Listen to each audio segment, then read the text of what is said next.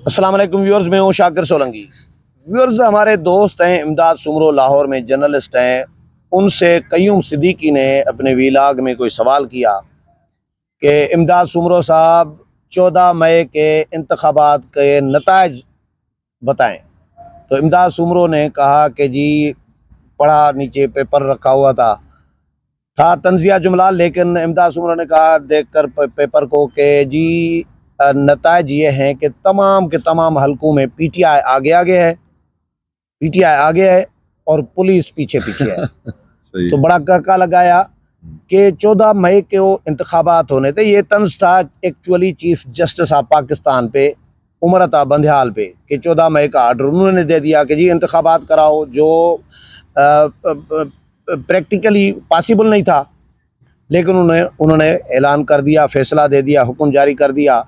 तो इंतखाबात हुए नहीं। तो आज वाकई वही है, नताइज वही है कि आगे आगे पीटीआई है और पीछे पीछे पुलिस है। आज फवाद चौधरी के पीछे फवाद चौधरी की दौड़ें लगी हुई थी हाँ, सही और है। बाकी लोगों की दौड़ें लगी हुई हैं, भाग रहे हैं। इतने बहादुर हैं, इतने ये इमरान खान के जो बहादुर सपूत जिसको कहें हैं कि वो पुलिस से भाग रहे हैं। भाई सियासतदान हैं आप गिरफ्तारी से डर रहे हैं। शर्म आनी चाहिए इस सियासत पे, ऐसी सियासत पे कि आप गिरफ्तारी से भी डर रहे हैं। तैयब बलोच हमारे साथ मौजूद है। तैयब के साथ डिस्कस करेंगे कि चीफ जस्टिस ऑफ पाकिस्तान जो फैसले देते जा रहे हैं, पार्लियामेंट मुस्तरद करती जा रही है, अमल दरामद हो नहीं रहा।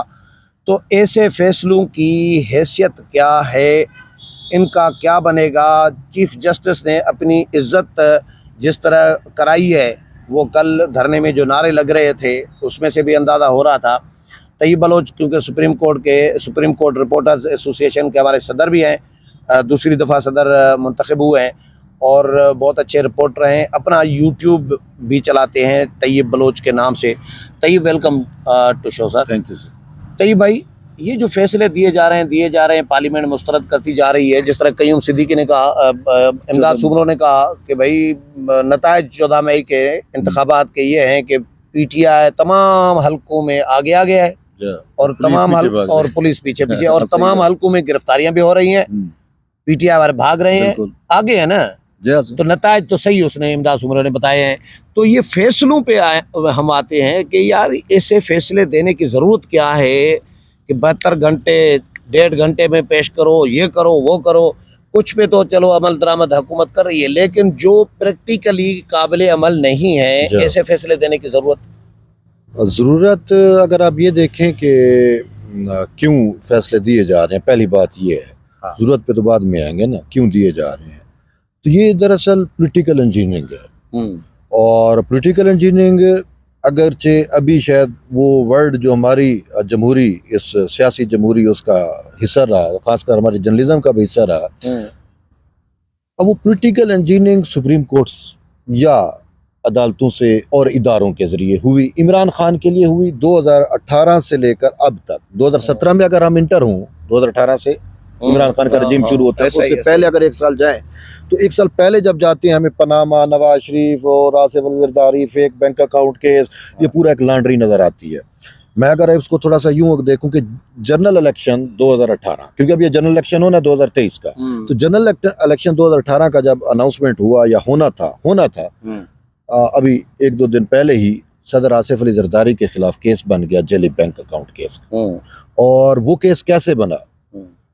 आज खुद नोटिस लिया उस वक्त के चीफ जस्टिस साकिब निसार ने, बाबा रहमते ने, वटेवर, साकिब निसार, ठीक है, बाबा रहमते जो मशहूर हुआ। और उस वक्त ही आसिफ अली जरदारी साहब लाहौर में थे, तो उन्होंने प्रेस टॉक भी की और उन्होंने कहा कि ये मतलब है कि सियासी इंजीनियरिंग की जा रही है नेक्स्ट सेटअप के लिए, और अदालत उसमें इन्वॉल्व थी।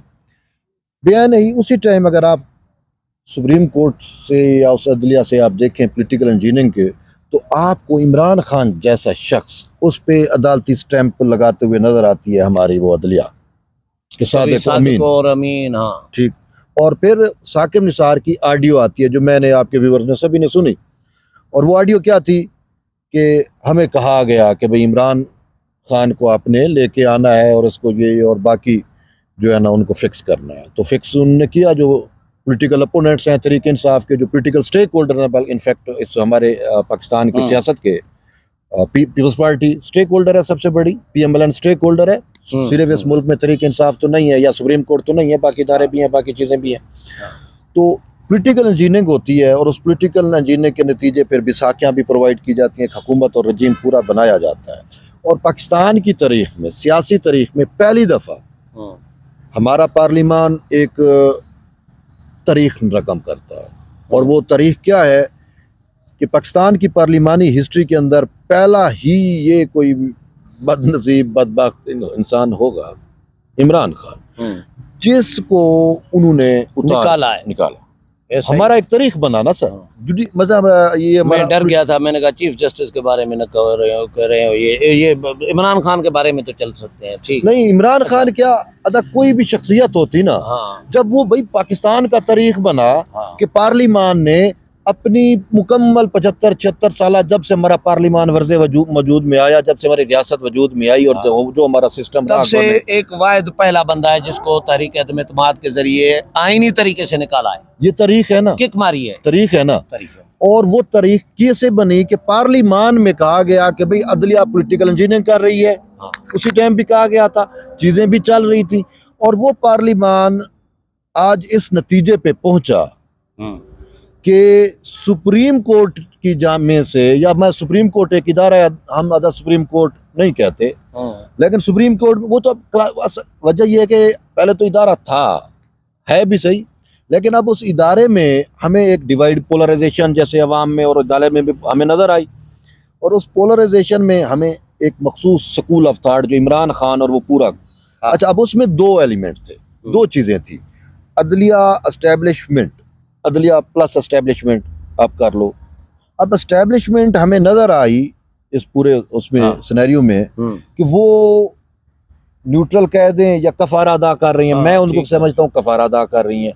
तो अदलिया ने, जिसने पॉलिटिकल इंजीनियरिंग की, जिसने इमरान खान के रजीम को बिठाया और इमरान खान के लिए, तहरीक इंसाफ के लिए पूरी की पूरी अदलिया ने एक लॉन्ड्री का काम किया। लॉन्ड्री मतलब है कि क्लीन अप किया, ठीक है, सादिक अमीन का स्टैंप से लेकर फिर जो भी तहरीक इंसाफ में शामिल होता उसको अदलिया ही सर्टिफिकेट दे रही थी या देती रही, ठीक है ना। और बाकियों के खिलाफ इसी अदलिया से, बंदे के पुत्र बस PTI वाले ही हैं, ये अदलिया यही कह रही थी, ये कह रही थी ना उस सिनेरियो में, उस दौर में। तो अब वही अदलिया एस्टेब्लिशमेंट कफारे पे है, कफारा दा गलती तो बात है। देखो वो चीज अच्छी होती है, अदलिया ने जो बंदे के पुत्र हैं उनको बंदे का पुत्र नहीं समझा, जो बंदे के पुत्र नहीं है उनको बंदे का पुत्र समझाए। बहरहाल अदलिया ने कुछ भी कर सकती है, लेकिन अब अदलिया में से मौलाना ने कहा था PTI के बारे में कि भाई बंदे के पुत्र, मैंने कहा कुछ भी कर सकती है ना। अब वो चीजें यहाँ तक आ पहुंची हैं कि उसमें ना हमें वाजे जज नजर आ गया, जिन्हें लाइक माइंडेड,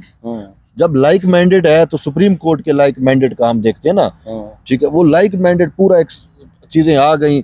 और उसमें ये चीजें ऑन द रिकॉर्ड हैं कि जस्टिस मुनीब अख्तर और जस्टिस इजाजुल हसन मनेज ड्यूटी, ये मोहम्मद खान भट्टी वजीर आला पंजाब परवेज इलाही, और वो पूरा जिसके लिए तख्त लाहौर की सहूलतकारी की, आर्टिकल 63A को रीराइट या मतलब आइन को रीराइट करने की कोशिश की।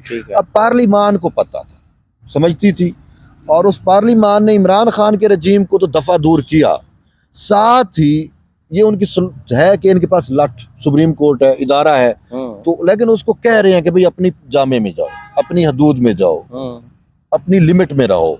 और फिर supreme court chief justice Umar Raza Bandial नहीं है, पार्लिमान में भी ये बातें हुई, ठीक है, मैं तो अपनी तरफ से नहीं कह रहा ना, तमाम जजेस चीफ जस्टिस मिला के सुप्रीम कोर्ट होता है।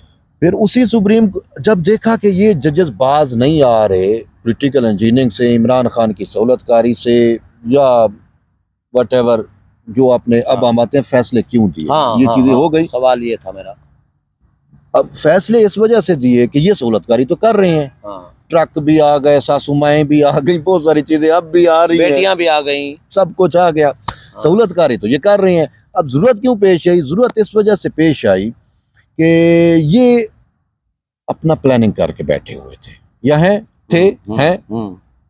कुछ तो चले गए बकौल वो अब वजीर पाकिस्तान पीपल्स पार्टी के जो चेयरमैन है बिलावल भुट्टो जरदारी के एक इदारे में इनके सहूलतकार बैठे हुए हैं, और फिर वो सहूलतकार अवाम के सामने आ गए तो उसी वजह से कल जो अवाम यहाँ पे हाँ। पीडीएम का धरना वैसे- था हाँ। वो उन सहूलतकारों के खिलाफ बिल्कुल था ना। ऐसा अब ही, मैं ऐसा ही। सुप्रीम कोर्ट के, ठीक है सुप्रीम कोर्ट, लेकिन वो कह रहे थे हम तो सुप्रीम कोर्ट को आजाद कराने आए हैं। हाँ ऐसा ही। अब दूसरे दीगर जजेस भी तो बैठे हुए हैं ना, हाँ। 7 हैं 8 हैं जो भी हैं, अभी चीजें हैं, लेकिन ये एक मखसूस जजेस मखसूस, और वो देख रहे हैं कि गुड टू सी यू से लेकर बेस्ट विशेस बेस्ट। तो ये मैं किसी और नतीजे पे पहुंचा हूँ। जी हाँ, ये अभी थोड़ी देर पहले आपने एक जुमला कहा कि वो न्यूट्रल हो गए हैं फौज के लिए, एस्टेब्लिशमेंट के लिए, आपने कहा मैं तो ठीक है, बात सुने, बात सुने। इसको मौलाना भी ये कह रहे हैं, जरदारी साहब भी ये कह रहे हैं, बिलावल साहब भी ये कह रहे हैं, नून लीग भी ये कह रही है कि एस्टेब्लिशमेंट न्यूट्रल हो गई है। सच्ची बात ये बताऊं, जी। मैं भी 20 साल हो गए हैं सहाफत को पॉलिटिकल रिपोर्टिंग करते हुए। जी। मैं इसको इस एंगल से देख रहा हूं कि जब तक जीएचक्यू पे हमला नहीं हुआ था, जिस दिन 9 तारीख 9 मई, सही है। 9 मई तक एस्टेब्लिशमेंट न्यूट्रल नहीं। हाँ ठीक कह रहे हो। मैं इस नतीजे पर पहुंचा हूं कि 9 मई तक एस्टेब्लिशमेंट के अंदर बैठे हुए काली भेड़ियां, ठीक है, वो उनकी सपोर्ट जजों को हासिल थी। ये मेरे तजिया है। वहां पे भी इमरानदार बैठे होंगे, इमरानदार, ठीक है। सही है। अब जब ये कुछ हुआ उसके बाद भी इमरान खान को ज़ाहिर गिरफ्तार हुआ था, उसके बाद जज्जू ने ईमानदारी दिखाई, इमरान खान को रिहा कर दिया। उसके बाद भी ये सूरत हाल, उसके बाद मुझे लग रहा है कि अब शायद चेंज हो जाए, अब न्यूट्रल हो जाए आने वाले दिनों में। ये जो कुछ पीटीआई ने किया, जो कुछ उमरता बंदियाल ने किया, और उसके हम ख्याल इमरानदार जज्जू ने किया इमरान खान को रिहा करके, उसके बाद ये जो पकड़ धक्कड़ शुरू हुई है ना, जो जारी है, तो मुझे ऐसा लग रहा है कि अब न्यूट्रलिटी खत्म हो गई। जो फौज के अंदर जो हमदर्दियां पीटीआई के लिए मौजूद थी, थोड़ी बहुत कुछ थी, काली भेड़ियां थी, अब उनको भी शायद शटअप कॉल, ये मेरा अंदाजा है कि कर दी गई है, या वो भी खिलाफ हो गए हैं, वो भी नफरत करने लगे हैं। कुछ न कुछ चेंज मुझे नजर आ रहा है। ये मेरा अपना एक असेसमेंट है। तो बिल्कुल आपकी असेसमेंट जो है वो ज़मीनी हक़ाइक़ पे है, ठीक है, और ज़मीनी हक़ाइक़ बिल्कुल यही है जो आप कह रहे हैं। कि देखें सहूलतकार थे, या अगरचे वो साइलेंट चले गए थे, या साइलेंटली कहीं ना कहीं पे काम कर रहे थे, सहूलतकारी हो रही थी। अब पहले हमदर्दियां फौज में इनकी, वो मेजर जनरल सरफराज था, क्या नाम था, सुमरो, जो शहीद हुए थे बलूचिस्तान में, बिल्कुल वो जो हेलीकॉप्टर, उस वक्त उन पे जो इन्होंने सोशल मीडिया पे जो गंद किया था, लुचतला था पीटीआई ने, उसमें हमदर्दियां इन्होंने कम की थी, और बाकी जो रही सही कसर है वो पूरी हो गई जीएच की फौजी तनसीबात पर हमले के बाद। मेरा ख्याल ये है। बिल्कुल आप ठीक कह रहे हैं, इसमें तो कोई दो राय नहीं है जो आप कह रहे हैं। और ये ज़मीनी हक़ाइक़ पे एक सूरत हाल है जो इमर्ज हो रही है, देख रहे हैं, इमर्जिंग हो रही है। आज भी कौमी सलामती कमेटी का इजलास था इसी सूरत हाल पे, और उसमें जुडिशरी जो है वो अनफॉर्चुनेटली देखें, ये जो सहूलतकार देखें, वो जब आपने शुरू किया कि पुलिस भाग रही है, नहीं, पीटीआई आगे पुलिस उसके पीछे भाग रही है, वो छुप के पनाह कहाँ पे ले रहे हैं? अदालत में, अपने सहूलतकारों के पास, औरंगजेब के पास। देखो मतलब उसकी अदालत में, हाई कोर्ट में। हम नाम नहीं लेते यार, गुलहसन औरंगजेब ने जमानत दी ना, ठीक है ना, बंदियाल से लेकर औरंगजेब भाग तो उनकी तरफ जा रहा था ना, जिधर भी गया, लेकिन जा तो उधर ही जा रहा था, सहूलतकार के पास, अपने सहूलतकारों के पास गया ना। बात ये है, ऐसा ही है, ठीक है ना, सहूलतकार अब सहूलतकारी कर रही हैं, गुड टू सी यू से लेकर, अब ये तो कह रहा है कि मैं एक छोटा सा कि कहते हैं जी ये गुड टू सी यू, तो मैं हर किसी को कहता हूँ, या मेरी आदत है। सब्जवारी वकील को कहा है, सिर्फ गुड टू सी यू तो नहीं कहा ना भाई इसने, wish you good luck, best wishes क्यों कहा, best wishes, best luck for all का, कौम की आप होप हैं, बेस्ट लक फॉर अमीन का, अमानतदार। वाह, वो 2018 से जहां से हमने शुरू किया, तो वहां जहां से इसने स्टैंप लगाया ना सादे को अमीन का, ये जो पिछली समाअत हुई ना, जब इसको रिमांड से, देखें अदा बात ये है कि मैं अरसा हो गया कानून और पार्लियामेंट इसकी बीट करते हुए, खासकर कोर्ट्स की, मुझे याद नहीं पड़ता कि किसी मुल्जिम को और रिमांड से इंसान को 2 वीडियो, मतलब सारी वीडियोस है, मैं एक वीडियो का मिसाल देना चाह रहा हूं, लेकिन पता नहीं मुनासिब होगा या नहीं होगा, चले। जब इसको बुलाया ना, अभी 11 मई को बुलाया था, जब इसको बुलाया तो सादे को अमीन, अब फिर कहता है अमीन आप अमानतदार हो, मर्सिडीज भी और वो सारा जो प्रोटोकॉल पूरा एक, अच्छा किसको दे रहा है? जो फौजी तनसीबात पर हमला करने वाले बलवाइयों का, शर पसंदों का कहें, दहशत गर्द कहें, बल्कि दहशत गर्द सर, दहशत गर्दों का जो सरगना है, अच्छा झूठ बोलता है कोर्ट के अंदर इन्हीं के सामने। हाँ, और वो खामोश है, वो मुस्कुरा रहे हैं। अगर तो सही वाटर नॉनसेंस, ठीक है। तो अब ऐसी सूरत हाल में गदगद हो रहे हैं जज से इमरान खान को देख। देखें बात यह है कि देखें इस टाइम इमरान खान और उसके सहूलतकार जो जुडिशरी में बैठे हैं, ठीक है, एक इदारे की आपने खुद बात की कर दी, अगर उसमें कोई वो थे भी सही सहूलतकार, उनकी तो वो तो अब अपने इदारे के वकार के लिए, देखो जी बात ये है कि हाई कोर्ट के 2 शीशे टूटते हैं, आप घड़ियाल को रिवर्स करते हो, बंदियाल घड़ियाल को रिवर्स करने की अटेम्प्ट करते हैं ना, लेकिन वक्त तो इसकी जगीर नहीं है ना, वक्त तो गुजर जाता है, वक्त किसी की जगीर नहीं है, वक्त नहीं रुकता। ये चीफ जस्टिस ने रोकने की कोशिश की, लेकिन अभी नहीं रोक। बात कैसे रुकता है? उसी वक्त पे जिसको इसने रिवर्स करने की कोशिश की, उसी रिवर्स वाले वक्त में तो इमरान खान जो है या उसके सहूलत वो जो है वो बलवाई, वो तो GHQ फपाक फौज जो रियासत का एक वो है, उस पे हमला आवर है। ऐसा ही है, तो कैसे रिवर्स हो सकता है? अच्छा तैयब एक बात बताऊं मैं वाइंड अप करते हुए, अभी जो PTI के खिलाफ जो ऑपरेशन चल रहा है, जिस तरह का आज फवाद चौधरी का, कमल शोजफ, शीरी मज़ारी, बहुत सारे और भी नाम, शहरियार आफरीदी, अब इनको और कोई 3-4 हज़ार से ज़्यादा कारकुनान इनके उठाए गए हैं। दहशतगर्दी एक्ट के तहत इनके खिलाफ मुकदमात होंगे।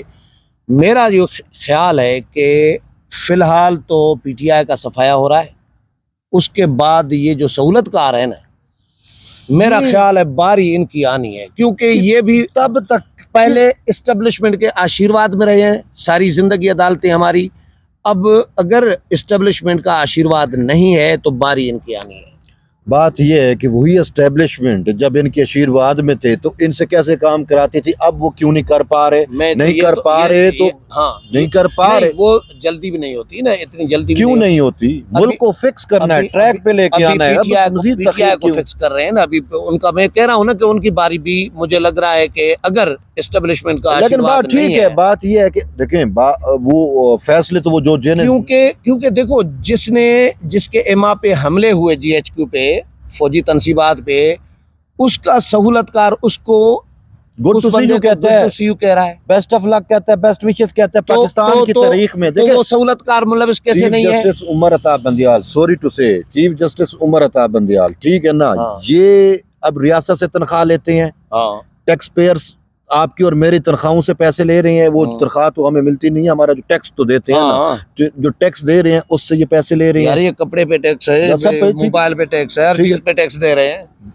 अब वो शख्स जो सरकार का मुलाजिम है, जो रियासत का मुलाजिम है, वो रियासत पर हमला आवर, रियासत पर जिसने दहशत गर्दी की, उसको गुड टू सी यू कहता है। क्या वो रियासती मुलाजिम या सरकारी मुलाजिम रह सकता है या सरकार से पैसे रह सकता? बस enough is enough.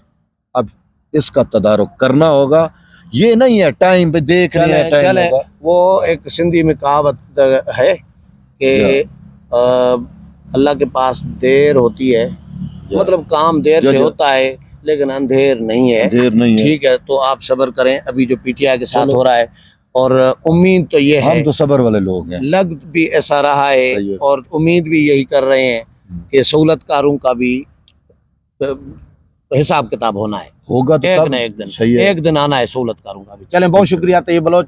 Viewers, Tayyab Baloch के साथ डिस्कशन आपने सुनी, उम्मीद है प्रोग्राम पसंद आया होगा। अगले प्रोग्राम में फिर मुलाकात होगी, तब तक इजाज़त चाहता हूँ। अल्लाह हाफिज़।